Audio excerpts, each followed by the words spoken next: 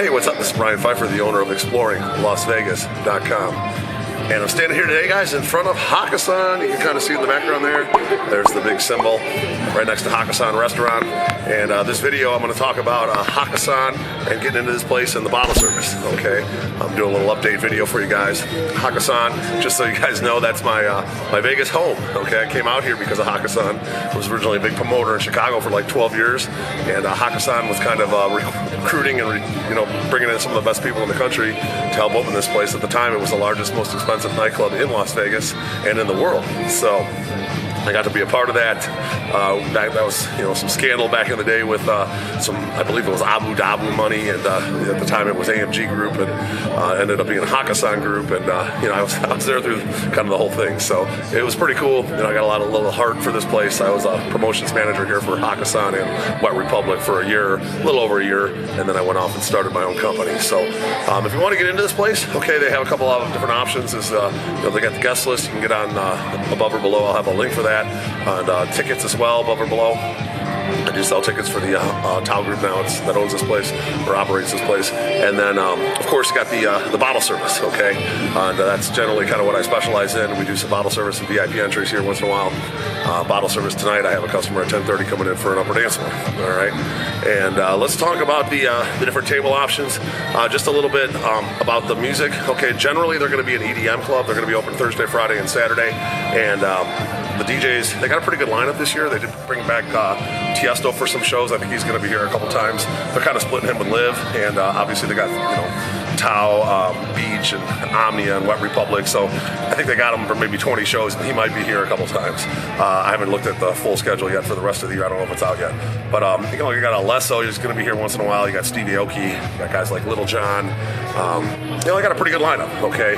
Martin Garrix is one of the Tao Group residents. I'm not sure if he's going to be here at all this year, but you might get a show or two out of him for the upcoming season or so. But their DJs are pretty good. All right, now they don't really have enough DJs to fill all their venues every night with EDM, so you're going to find some nights where they're going to have some hip hop here. All right, so just pay attention to the link below for the above or below for the events. Might find a Tyga here, or a Fat Joe, or an OT Genesis. They do have some hip hop artists on their roster, so those are going to be more like hip hop nights. When Little John's here, they kind of does a mix of everything. Okay, Paulie D's also one of the residents, kind of does a mix of everything. All right.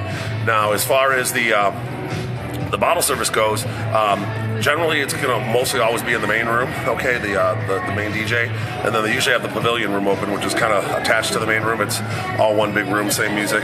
They originally sectioned that off to be kind of a separate club if they ever wanted to. Out of all the 11 years that I've been a part of this place, I've never seen them do it except for once. So I think that was kind of a waste of time and money. They should have just made it an extension of the main room. And then there's also a mezzanine level on the main room. So you got the mezzanine level, the pavilion, and then the main room, which is going to make up your main room. All right, and then below that, one floor down, you got what's called the Ling Ling Lounge, which is a smaller little, like maybe 100-person club. I've actually rented it out for some corporate events a couple times. And then you got the Ling Ling Club, which is generally when they have an EDM artist upstairs and they're busy enough, they would open up the Ling Ling Club, and that would be the hip hop club. When they typically don't really have like hip hop artists, but they'll have like a hip hop open format DJ in there, and it's a nice relief. You can go down one stairs and have a whole different vibe and whatnot.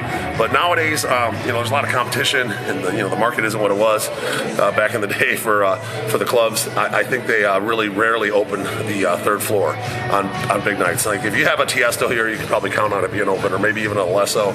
But even that's not a guarantee that they're going to have that third floor open. So this video, I'm going to focus mainly on the main room, the mezzanine, and the pavilion. I will mention some of the other sections, but if you're looking for bottle service, arguably the best tables in the club are going to be your stage tables. Those are going to be the 1 through 4 tables on the right and the left of the DJ. Very high demand. I had the Super Bowl here a couple weeks ago, and I had some NFL players that did one of those tables. It was $30K minimum, 42 grand with tip and tax. So those are pretty popular. So those are good. I definitely recommend those if you want to be up close to the DJ and enjoy the show on maybe one of those hip hop artist nights. The dance floor tables are going to be the big horseshoe. I believe there's 10 of them. with the 2 being in the middle going to be your owner's tables. Okay, those are going to be like basically the center 2 tables. I think it's 51 and 61, and then the 2 behind there, the upper dance floor tables, those are also considered the owner's tables. Okay, so there's 4 owner's tables. You can let me know if you're interested in one of those and which one you'd like. You want the upper one that's raised above or the lower one?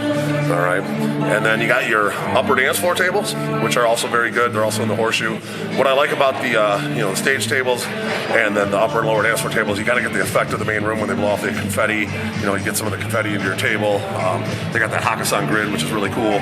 Really good light show. Now, once you go back from there, you're going to get into your 3rd, 4th row tables. Now, those are going to be a row of 3rd row tables. There's a couple bigger ones that are like big U's. I believe it's 31 and 32, and those are good for like groups of 10 to 12. A lot of action around those tables, front and back of you.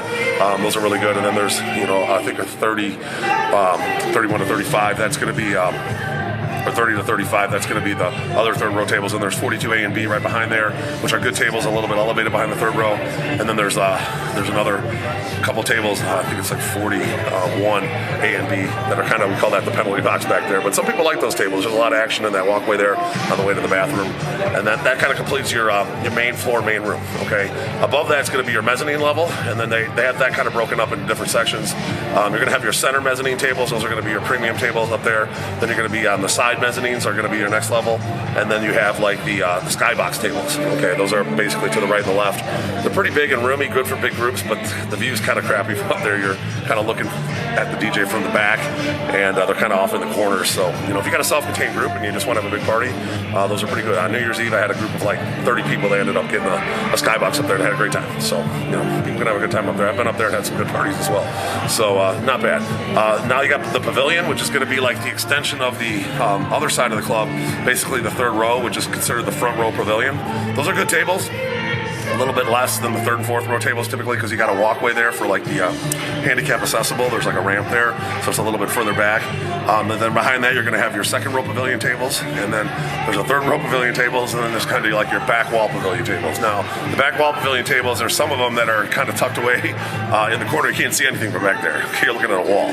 So, if real busy night, they're going to seat those for the lowest minimums on the main floor. Some nights they don't even seat them because they just don't have enough tables. But that's going to be kind of like your pavilion. If you go down to the 3rd floor, like I said, that isn't open all that much anymore. That's going to be the Ling Ling Club. You're going to have some DJ booth sort of tables. We call them dance floor DJ booth tables.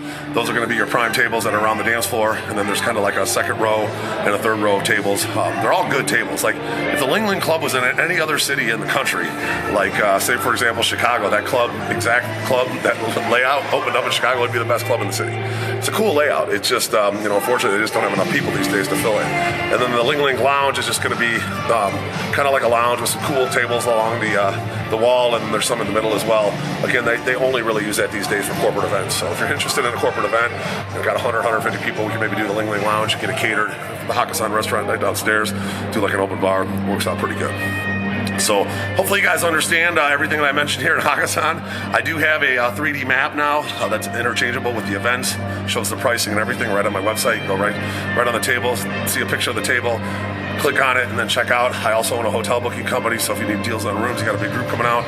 I do a lot of big bookings. I just did a massive one for Caesars Entertainment. It was $186,000, so it's a pretty big one. But I do have packages as well that include like the dinner, limo service, men's shows for the ladies, strip clubs for the guys, and we do all that out here in Las Vegas. And, of course, I just do the straight up bottle service. So make sure you hit me up. My cell phone's above, 773-459-8133. That's my cell phone. And hit me up if you have any questions. And I look forward to working with you out here in Las Vegas. Make sure you like this video if you like the content, and appreciate what I do out here. Make sure you subscribe to this channel for more and bang the notifications bell. I'm Brian Pfeiffer, and I'm looking forward to working with you out here at Hakkasan in Las Vegas. Let's talk soon. Bye.